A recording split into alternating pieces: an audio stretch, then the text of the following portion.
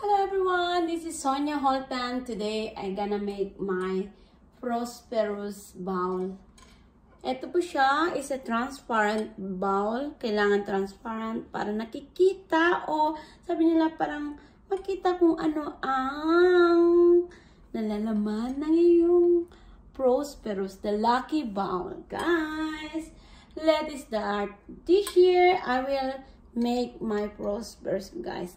Pero usually, ito ay hindi naman ibig sabihin na kapag gumawa ka ng mga ito is kusa nang darating ang swerte sa buhay mo. It depends naman kung paano mo to i-manage ang iyong pamumuhay, di ba? Kung paano, kung kumilos ka ba, kailangan mo bang magtrabaho, and then darating talagang swerte. Hindi naman ang swerte ang darating sa'yo, kundi ikaw ang maghahanap sa sarili mong swerte. Pero nagiging tradition ko na rin kasi ito for how many years. Guys, today, I have a bowl here.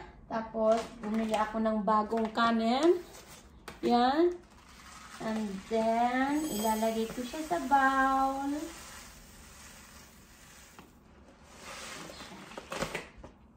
Kailangan, ganyan. Tamang-tama lang naman. Ito na siya, and ito na siya, guys. My bowl with rice. Tapos, may 12 pieces egg ako dito. Yan. 2, 4, 6, 8, 10, 12. 12 pieces. Eggs is represents sa ilang buwan sa isang taon. Kaya, I have 12 eggs here. So, gagawin natin ito. Yan siya, guys. 12. Kailangan ipapa-round mo siya sa iyong bowl. 12 pieces of egg. Bago po siya yan. Yan siya.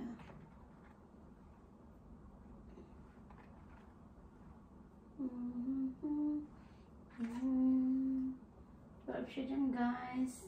Gawa tayo ng space para magkasya yung 12 pieces sa bowl natin. Yan. Ano ba ang represent ng egg? Ito ay puti. Para daw hindi aalis ang swerte. Yan siya, guys. And then, I make 6 pieces of money with a red ribbon. Kailangan daw may red ribbon siya, guys. Then, ilalagay mo ang money dyan. 6 pieces lang ang ginawa ko. Yan. 6 pieces siya. Para paikutin natin siya ng ganyan. Money with the 6 pieces. And then, I have a instead of orange, is kumuha ako ng mandarin. Is kulay, orange din siya, guys. Yan.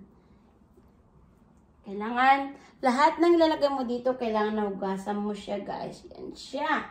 And then, meron din ako, ang sabi nila is, kailangan daw yellow,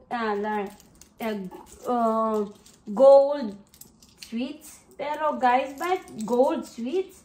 Hindi naman po ako kumakain ng sweet. So, guys, instead of gold sweet, ang ginawa ko is gold money. Ito siya. Gold money siya ang i-represent ko ngayon siya, guys. Yan. So, ang 12 na gold money, ilalagay ko siya melon ng mga itlog siya. Yan.